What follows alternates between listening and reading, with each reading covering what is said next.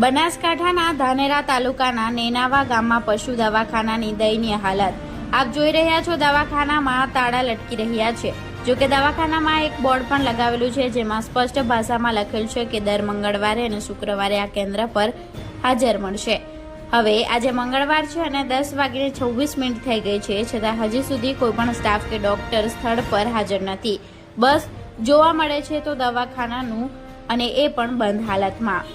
ગ્રામજનોને પશુઓની દવા કરાવવામાં ઘણી જ તકલીફ પડી રહી છે અને આ દવાખાનામાં ડોક્ટર ના હોવાના કારણે ગ્રામજનોને પ્રાઇવેટમાં દવા કરાવવાની ફરજ પડી રહી છે। પ્રાઇવેટવાળા મનમરજી મુજબ પૈસા લઈ રહ્યા છે। ગ્રામજનોની એક જ માંગ છે કે અમારા ગામમાં તાત્કાલિક ધોરણે આ દવાખાનામાં ડોક્ટર મૂકવામાં આવે, જેથી કરી અમારા પશુઓની દવા અમે કરાવી શકીએ। Reporter Rameshbhai Trivedi, Gujarat crime news, Nenava, Dhanera.